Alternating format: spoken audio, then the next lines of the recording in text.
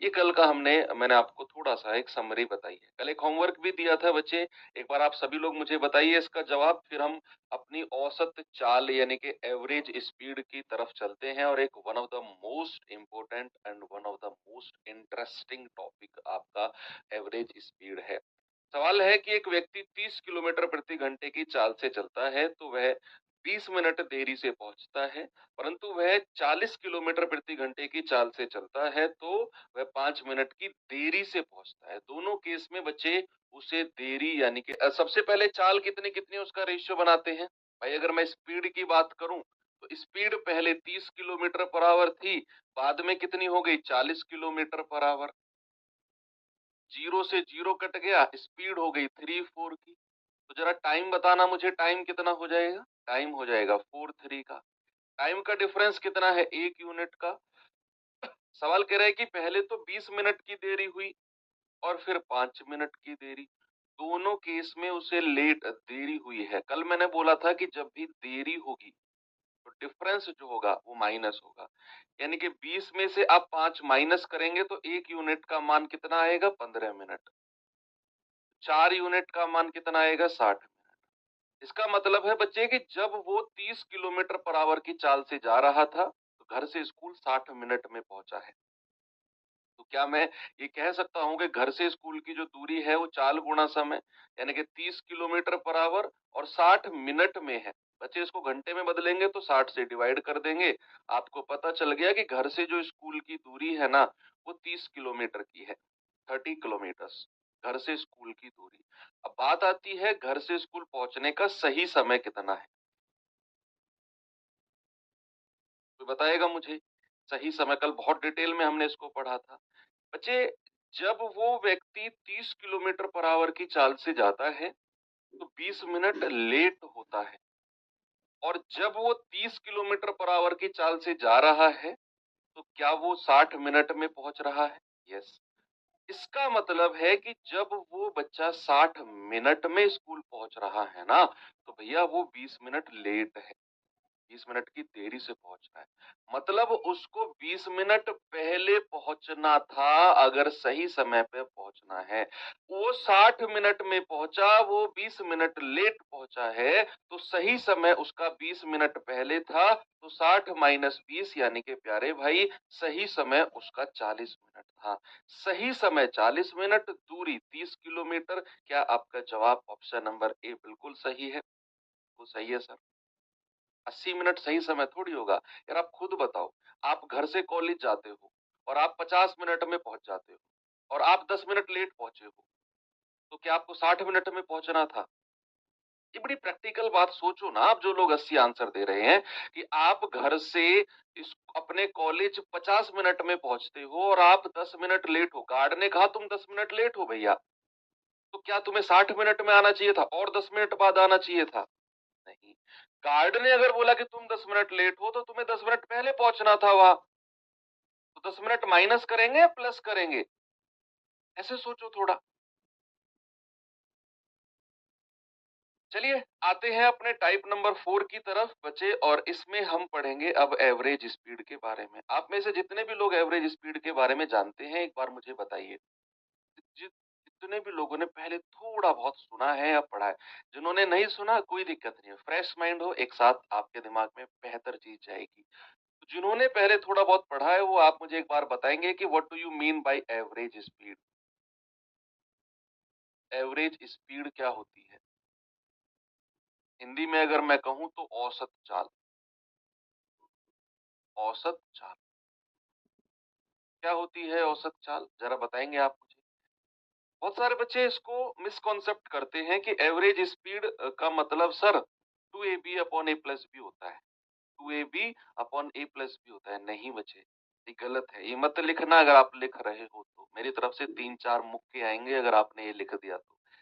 2ab upon ए plus B average speed नहीं होता है। 2ab अपॉन ए प्लस बी एवरेज स्पीड का एक पार्ट होता है, ये एवरेज स्पीड नहीं होता। वेरी गुड भैया। औसत चाल का मतलब होता है कुल दूरी।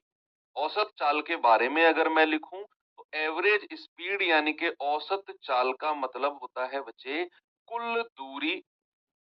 कुल दूरी टोटल डिस्टेंस इंग्लिश वाले बच्चे लिखेंगे बटे कुल समय, टोटल टाइम, कुल दूरी बटे कुल समय। जैसे ही आपने ये लिखा, या इंग्लिश में अगर मैं लिखूं कि total distance upon total time, total time, तो ये होता है हमारा एवरेज स्पीड, एवरेज स्पीड। इसी चीज को आपने ध्यान में रखना है कि जब भी मैं औसत चाल की बात करूंगा तो औसत चाल का मतलब होता है कुल दूरी बटे कुल समय, टोटल डिस्टेंस जितना भी चला है और उस डिस्टेंस को कवर करने में कितना टाइम लगा है अपॉन में वो करेंगे। अब बच्चे इसका एक स्पेशल केस होता है, वो थोड़ा सा स्पेशल केस देखते हैं। Special case of average speed, इसका एक स्पेशल केस है, स्पेशल केस, स्पेशल केस, ठीक है। स्पेशल केस इसका क्या है, थोड़ा सा उसके बारे में देखते हैं कि भाई मैंने कोई दो पॉइंट फिक्स कर दिए, ये कोई दो पॉइंट फिक्स कर दिए, ये पॉइंट बी है, ये पॉइंट ए है, ये मैंने फिक्स कर दिया। मैंने कह दिया कि इनके बीच की जो डिस्टेंस है ना वो डी है, ए से बी तक की जो दूरी है मैंने कह दिया ये डी है। अब एक व्यक्ति जो है बच्चे, इसको पॉइंट को कुछ और नाम दे देते हैं, पॉइंट को नाम दे दिया सपोज मैंने एक्स वाई। अब एक व्यक्ति जो है एक्स से वाई की तरफ जाता है, एक किलोमीटर, ये डी किलोमीटर का डिस्टेंस माना है मैंने, 1 किलोमीटर पर आवर की चाल से तो जाता है कहां तक, एक्स पॉइंट से वाई पॉइंट तक, और वापस आता है वाई 20 किलोमीटर पर आवर की चाल से। वाई कितनी चाल से आता है, 20 किलोमीटर पर आवर की चाल से। तो यहाँ सबसे पहले जो समझने वाली बात है ना वो है कि भैया एक्स से वाई तक का जो डिस्टेंस है ना, जो दूरी है बचा, वो फिक्स है, वो फिक्स है, कितनी है, डी किलोमीटर। अब एक व्यक्ति एक्स से वाई गया और वाई से एक्स आया, क्या जितनी डिस्टेंस वो गया है उतनी ही डिस्टेंस वापिस आया है, क्या जितनी दूरी बचे वो गया है उतनी ही दूरी वापस आया है, कुछ फालतू इधर उधर तो नहीं चली ना उसने। यस, तो डिस्टेंस अगर इक्वल है जाने की और आने की तो बच्चे अब एवरेज स्पीड हम निकालेंगे। एवरेज स्पीड क्या होती है, एवरेज स्पीड बच्चे हमने पढ़ा है कुल दूरी, भैया कुल दूरी कितनी हो जाएगी, डी किलोमीटर गया और डी किलोमीटर वापिस आया, तो डी प्लस डी, भाई जाने की और आने की टोटल डिस्टेंस होगी डी प्लस डी अपॉन। अब कुल समय निकालेंगे। समय क्या होता है बच्चे, आप सभी जानते हैं, समय होता है हमारा दूरी बटे चाल। कल हमने पढ़ा है कि आपका टाइम इक्वल्स टू होता है डिस्टेंस अपॉन स्पीड। तो आप मुझे बताइए जाने की दूरी कितनी है डी और जाने की चाल कितनी है ए, तो ये तो हो गया जाने का समय। आने की दूरी कितनी है सर डी और आने की चाल कितनी है बी, सर ये आने का समय हो गया। तो यहां से डी प्लस डी कितना हो गया बच्चा, 2d अपॉन, और यहां से अगर मैं डी को बाहर ले लूं, इस वाले डी को अगर मैं बाहर ले लूं तो ये कितना हो जाएगा, क्रॉस मल्टीप्लाई होगा तो a प्लस बी अपॉन, ये दोनों आपस में गुणा होंगे ए बी, डी से डी कट गया, ये ए बी ऊपर चला जाएगा तो कितना हो जाएगा 2ab अपॉन a प्लस। और ये चीज आप याद रखेंगे भाई, ये चीज आप याद रखेंगे कि एवरेज स्पीड जब भी हमारा कोई व्यक्ति एक प्लेस से दूसरे प्लेस गया और वापस आ गया, उसकी एवरेज स्पीड होती है 2ab upon a plus B, जहां पर a और b क्या है बच्चे, a है हमारी जाने की चाल और b है हमारी वापस की चाल। तो इसको अगर मैं थोड़ा सा और मॉडिफाइड फॉर्म में लिखूं तो एवरेज स्पीड होता है, एवरेज स्पीड होता है टोटल डिस्टेंस, हमने अभी थोड़ी देर पहले लिखा था, total distance upon total time, total time. और इस स्पेशल केस में एवरेज स्पीड का मतलब होता है 2ab upon a plus B. Average speed इस केस के लिए, स्पेशल केस के लिए एवरेज स्पीड का मतलब होता है कुल दूरी बटे कुल समय, भाई यहां पर हमने लगाया है, और इसी स्पेशल केस से निकल के आया है कि एवरेज स्पीड होता है 2ab upon a plus B, लेकिन ये कंडीशन फिक्स है, ये कंडीशन फिक्स है कि जितनी दूरी गया है बच्चा उतनी ही दूरी वापस आएगा। अब यहाँ पर आप समझ गए कि सर कोई व्यक्ति अगर A से B या X से Y गया और Y से X वापस आ गया तो एवरेज स्पीड होती है 2AB upon A plus B. बच्चे एक केस और है जहां पर average speed 2AB upon A plus B होती है। एक केस और है, क्या है वो केस? मैं यहाँ पर डायग्राम बना देता हूँ, डायग्राम से ही आप समझ जाएंगे। मैं यहाँ पर डायग्राम बनाता हूँ। एक केस क्या है कि मान लो मैंने ये कोई पॉइंट फिक्स कर दिया A, M, P और N, और जो P है ना बच्चे ये मध्य बिंदु है, ये मिड पॉइंट है। क्या है? ये मिड पॉइंट है। मिड पॉइंट का मतलब है M से P की जो दूरी है वो D है और P से N की जो दूरी है वो भी D है। अब एक व्यक्ति जो है M से P गया है 1 किलोमीटर पर आवर की चाल से और P से N गया है 20 किलोमीटर पर आवर की चाल से। इस केस में भी जो उसकी एवरेज स्पीड होगी ना, औसत चाल जो होगी बच्चे वो यही होगी 2AB upon A plus B. दो केस बनते हैं जहां पर हमारी average speed 2AB upon A plus B होती है। एक तो कि जितनी दूरी गया उतनी ही दूरी वापस आ गया, वापस आ रहा है। दूसरा केस क्या है बच्चे? वो एक M से P गया है D किलोमीटर की दूरी और P से N गया है अगेन D किलोमीटर की दूरी। यानी कि इस केस में भी उसके द्वारा तय की गई जो डिस्टेंस है वो इक्वल है, और डिस्टेंस अगर इक्वल है तो भैया हमारा एवरेज स्पीड ये होगा। डिस्टेंस अगर सर इक्वल नहीं है तो भैया फिर तो हमें अपना बेसिक मेथड लगाना होगा। कौन सा? अपना कुल दूरी बटे कुल समय वाला। वो भी तो है, ये तो मैं स्पेशल केस आपको बता रहा हूँ कि इसका एक स्पेशल केस, तभी तो मैंने लिखा। तो ये एक केवल इन दो तरीके के सवालों में ही एवरेज स्पीड का फॉर्मूला वैलिड होगा, और हम इस फॉर्मूले को बच्चे यूज करेंगे अपना बोट एंड स्ट्रीम में। याद रखना, जब मैं बोट एंड स्ट्रीम आपको पढ़ाऊंगा उस टाइम मैं याद दिलाऊंगा कि मैंने आपको बोला था कि ये वाला फॉर्मूला यहाँ यूज करना है। ओके, चलिए, वेरी गुड। सर अगर दूरी x से y से z हो, कर तो दिया बच्चे वो मैंने, लिख तो दिया अगला डायग्राम। m से p और p से n और डिस्टेंस इक्वल है। डिस्टेंस इक्वल नहीं है वो तो फिर जनरल केस बनता है, स्पेशल तो ये है। जनरल केस के तो बहुत सारे क्वेश्चन है मेरे पास। चलिए, पहला सवाल आपके एसएससी जीडी 2023 का ही पूछा गया है, एक बार देखेंगे। अगर मैं कहूं एवरेज स्पीड से तो कई सारे सवाल आपके पूछे गए हैं, चाहे जीडी 2021 की बात करूं, 2022 की बात करूं, 23 की बात करूं या फिर 2024 की बात करूं। ठीक है भाई।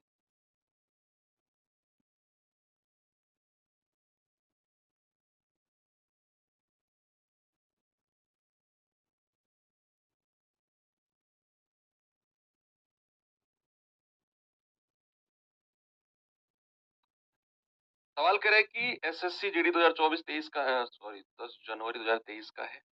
एक व्यक्ति स्कूटर द्वारा 64 किलोमीटर पर आवर की निश्चित दूरी तय करता है और वह साइकिल चलाकर 16 किलोमीटर पर आवर की चाल से प्रारंभिक स्थान पर लौट आता है।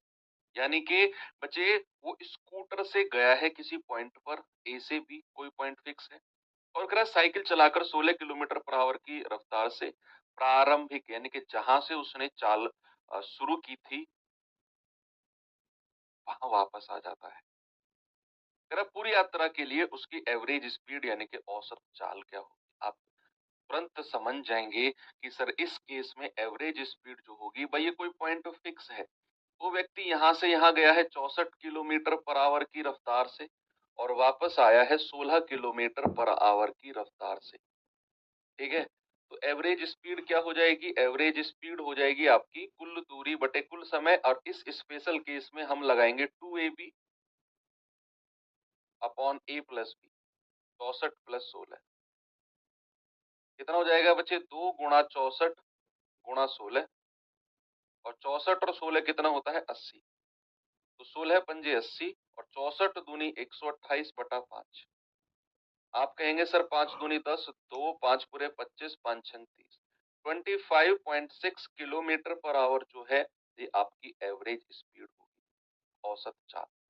कोई प्रॉब्लम किसी को इसमें नहीं है। चले आगे सवाल की तरफ। जरा आप मुझे ये सवाल बताना भाई।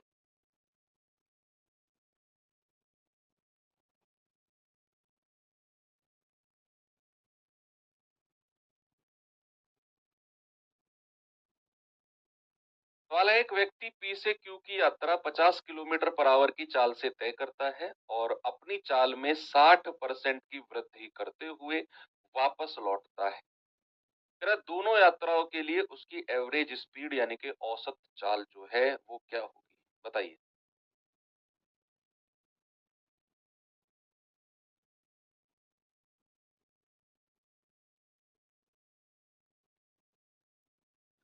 देखो, सवाल कह रहा है कि ये कोई पॉइंट है क्यू और ये कोई पॉइंट है पी। एक व्यक्ति पी से क्यू गया है 50 किलोमीटर पर आवर की चाल से, और सवाल ने बोला है बच्चे कि वो अपनी चाल में 60% की वृद्धि करके वापस आया है। अपनी जो स्पीड है उसमें 60% का उसने इंक्रीमेंट किया है। तो सबसे पहले तो ये बताना कि उसकी चाल अगर जाते टाइम 50 थी तो इसका 60% कितना होगा। तो आप कहेंगे सर गुणा 60/100। आप कहेंगे सर 5×6 = 30, यानी कि उसने अपनी पुरानी जो चाल है उसमें 30 प्लस किया है। तो उसकी नई चाल कितनी हो जाएगी मेरे भाई? नई चाल हो जाएगी 50 + 30 दैट इज 80। तो जो वो वापस आया है ना बच्चे, वो 80 किलोमीटर पर आवर की चाल से वापस आया है। ने बोला है ना कि 60% की वृद्धि करके वापस आया है। तो एवरेज स्पीड का फॉर्मूला तो आपको कही करना है, 2ab/a+b। बच्चे क्या हो जाएगा एवरेज स्पीड? औसत चाल हो जाएगा 2ab, 2 × 50 × 80 यानी कि 50 + 80। आप कहेंगे sir 2 × 50 × 80 upon 8×5 = 13, 130। Very good. Zero से जीरो गया, आप कहेंगे 5×2 = 10 और 80 × 10 यानी कि 800/13। ये किलोमीटर पर आवर आपका सही जवाब है। पॉइंट्स वगैरह में दिया हुआ है क्या? ठीक है। 13×6 = 78, 6 से शुरू होनी चाहिए। हमारा जो आंसर है 6 से शुरू होना चाहिए। हटाओ हटाओ हटाओ, एक ही ऑप्शन है 61.53। एक नजर अगर आपके ऑप्शन पे भी रहेगी ना तो बहुत सारी कैलकुलेशंस आप अपनी बचा सकते हो। आपको यहाँ देखा कि 800/13 है और ऑप्शन पॉइंट्स वगैरह में दिया हुआ है। आपने क्या किया? 13×6 = 78। मेरा आंसर 6 से शुरू होना चाहिए। एक नजर मेरी ऑप्शन पे गई, 3 ऑप्शन हट गए, एक ही बचा। ओके, ठीक है भाई, कोई दिक्कत किसी को? नहीं ना? ये सवाल करिए जरा।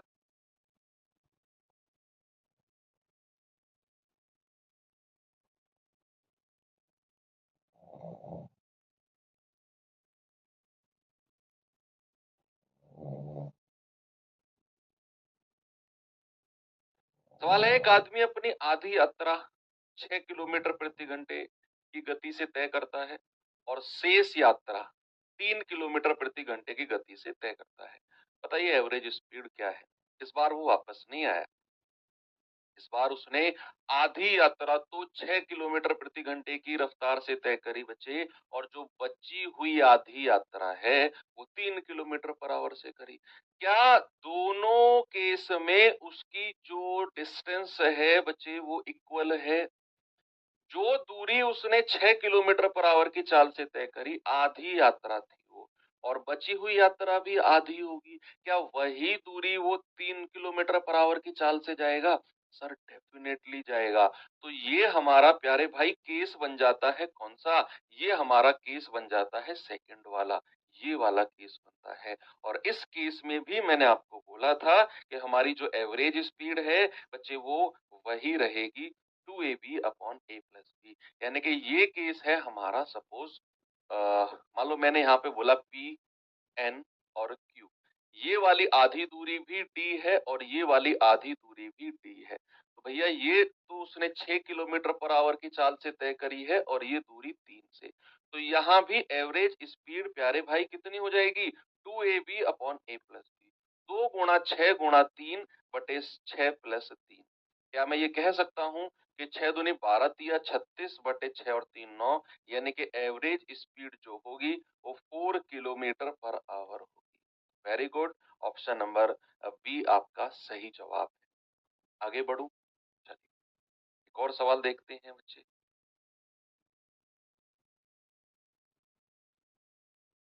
ये सवाल करिए जरा, एसएससी जीडी 2024 का आया हुआ सवाल है आपका।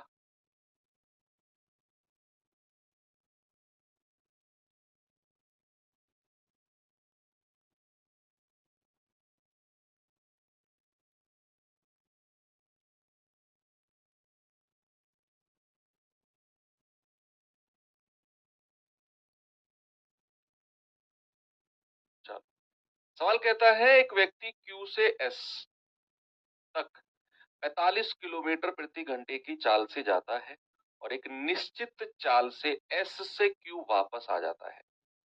यदि उसकी average speed 36 kilometre per our है तो एस से क्यू की ओर जाते समय उसकी चाल क्या थी? बताएंगे सभी लोग इसका जवाब।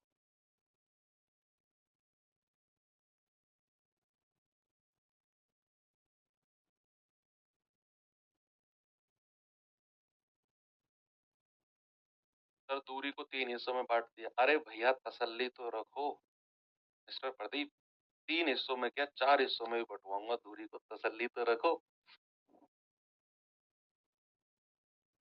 सर, आज मेरी पहली क्लास है, कुछ समझ में नहीं आ रहा है। बिल्कुल बाहर जाओ क्लास से, बच्चे फर्स्ट क्लास से जुड़ो। आप लेट जुड़े हो और इस चैप्टर से तो बिल्कुल मत जुड़ो अगर आपकी पहली क्लास है। आप परसेंटेज से जुड़ो या फिर रेशियो एंड प्रपोर्शन से पढ़ो, यहाँ आपको बहुत सारी दिक्कत आ जाएगी।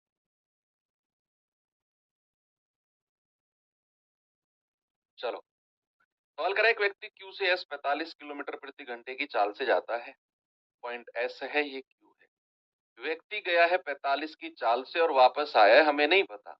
मान लिया मैंने कि ये वापस आया जो है ना, ये 1 किलोमीटर पर आवर की चाल से वापस आया है और कह रहा है इसकी जो एवरेज स्पीड है वो 36 किलोमीटर पर आवर है। 36 किलोमीटर पर आवर। तो क्या मैं ये कह सकता हूं कि 2ab/a+b 2 गुणा 45 गुणा a/b यानी कि a+45 बराबर कितना है? बराबर है 36। Very good. तो यहाँ से काटा पीटी कर सकते हैं क्या? 9 पंजे 45, 9 चौके 36, 2 से जाएगा 2 दूनी 4। अब आप क्रॉस मल्टीप्लाई करो, इधर तो 5a बचेगा, उधर आप क्रॉस मल्टीप्लाई करोगे तो 2 की अंदर मल्टीप्लाई होगी 2a प्लस 2 की 45 में मल्टीप्लाई होगी तो 90। 2 इधर आकर 5 में से घटेगा 3a बराबर 90। तो यहाँ से a कितना हो गया बच्चे? a हो गया 90/3। 90/3। आपका जवाब कितना आ गया? 30 kilometre per our. Option number D हमारा सही है। ठीक है, वेरी गुड यार, मुझसे पहले आंसर दे रहे हो आप लोग, मजा आ गया। अगले सवाल की तरफ चलते हैं और अगला सवाल है आपका ये। देखेंगे बच्चे इस सवाल को जरा।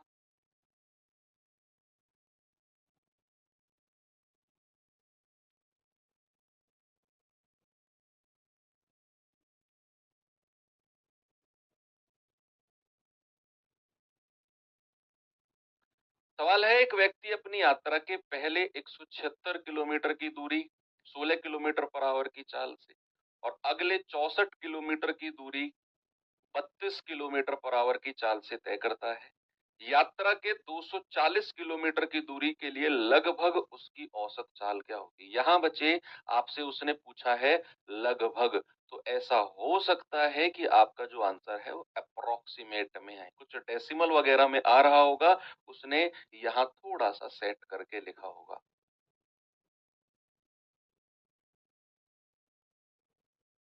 बताएंगे जरा। भाई उसने बोला है कि 176 किलोमीटर की दूरी तो 16 किलोमीटर पर आवर की चाल से और 64 किलोमीटर की दूरी 32 किलोमीटर पर आवर की चाल से। क्या यहाँ डिस्टेंस अलग अलग है? भाई दूरी समान थोड़ी है, उसके द्वारा तय की गई कि जितना गया उतना है, 2ab/a+b थोड़ी लगेगा हर जगह। यहाँ दूरी अलग है, चाल अलग है। दूरी अलग है, चाल अलग है। भैया हमें यहाँ जो एवरेज स्पीड निकालनी है ना, वो अपने बेसिक फॉर्मूले से निकालनी है। कौन सा बेसिक फॉर्मूला? कि average speed equals to 2ab/a+b नहीं, average speed equals to total distance upon total time. कुल दूरी बटे कुल समय। कुल दूरी आपको पहले जोड़नी है अलग-अलग कि 176 किलोमीटर ये, 64 ये। आप इन दोनों को जोड़ोगे तो 240 किलोमीटर ही बैठेगा। वो कह रहे हैं ना यात्रा के 240 किलोमीटर यानी कि टोटल डिस्टेंस की उसने बात करी है। तो क्या मैं अगर एवरेज स्पीड यहाँ आपसे बोलूँगा, बच्चे वो क्या total distance upon total time होता है? कुल दूरी बटे कुल समय। Total distance upon total time. Hindi वाले बच्चे कुल दूरी अपॉन कुल समय लिखेंगे। तो टोटल डिस्टेंस कितनी है मेरे भाई? 240। और कुल समय निकालने के लिए हमें क्या करना होगा? हम जानते हैं समय बराबर होता है दूरी बटे चाल। क्या होता है? दूरी बटे चाल। दूरी कितनी है? 176 की। चाल कितनी है बच्चे? 16 किलोमीटर पर आवर। तो समय कितना हो जाएगा? 176 बटे 16 प्लस अगली दूरी कितनी है? 64 किलोमीटर की। समय कितना है? 32 किलोमीटर पर आवर। तो समय कितना होगा बच्चा? दूरी बटे चाल यानी कि 64 बटा 32। Very good.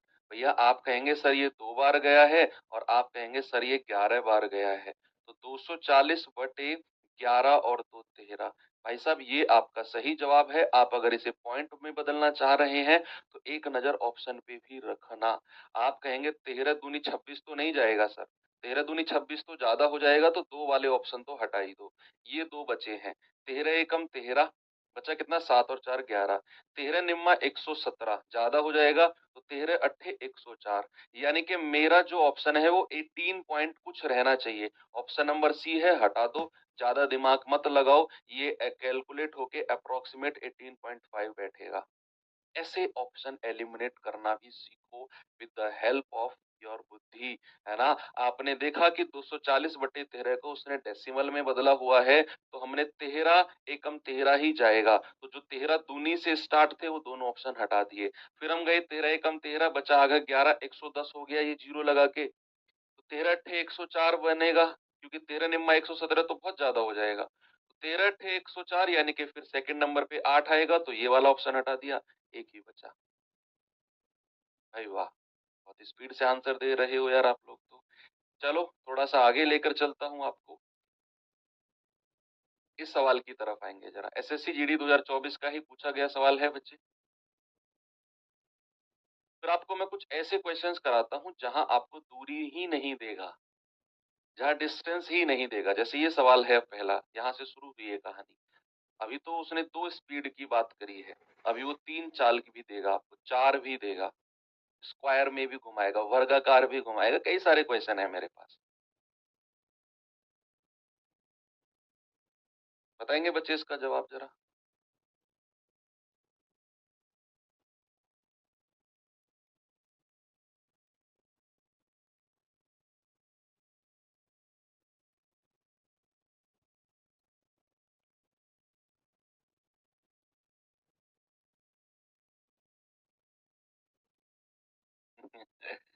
सवाल है, एक निश्चित यात्रा का 1/3 भाग, देखो अब हमें बच्चे यात्रा ही नहीं पता कितनी है, बस उसने बोला है कि उसका 1/3 भाग तो 24 किलोमीटर पर आवर की चाल से, और 1/4 भाग 1/4 जो है वो 36 किलोमीटर पर आवर की चाल से, और जो शेष बच गया है वो उसने 60 किलोमीटर पर आवर की चाल से तय किया।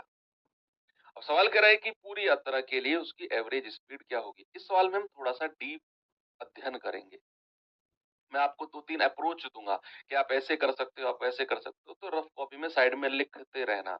आप उस अप्रोच को फिर सवालों में लगाना। मैं आपको आपकी जो सोच है ना उसमें थोड़ा सा एक सॉफ्टवेयर डालने वाला हूँ कि इस सवाल में किस तरीके से आप सोच सकते हो। अपडेटेड सवाल है बच्चे, लेटेस्ट अपडेटेड क्वेश्चन है, तो पूरी उम्मीद है कि इस बार भी आपके एग्जाम में ये सवाल देखने को मिलेगा ऐसा, जहां आपको दूरी नहीं देगा, दूरी को कुछ इस कदर बांट देगा, 1/3 1/4, जहां आपको थोड़ी सी मेहनत करनी पड़े। तो बच्चे याद रखना इस तरह के सवालों में क्या करना होता है। भाई उसने बोला है कि एक निश्चित दूरी एक निश्चित यात्रा का 1/3 भाग है, हमें नहीं पता यात्रा कितनी है, बस उसने बोल दिया कि उसका 1/3 भाग 24 की रफ्तार से, और कह रहा है उसका 1/4 भाग जो है वो 36 की रफ्तार से।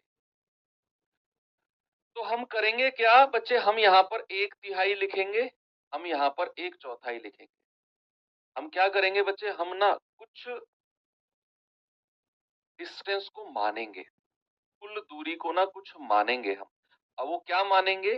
हम मानेंगे भैया जो हमारा ये 1/3 और 1/4 लिखा है ना, इसका जो डिनोमिनेटर है, जो हर है, इनका एलसीएम, एलसीएम ऑफ 3 and 4 ये आएगा 12। सपोज आपने जो है 12d, ये 12 एलसीएम है, तो मान ली मैंने कि टोटल डिस्टेंस जो है बच्चे, सपोज मैंने मान ली वो 12d है। जो कुल दूरी, d मैंने अपनी तरफ से लगाया ताकि d की वैल्यू हम लास्ट में निकाल कर कुल दूरी निकाल सकेंगे।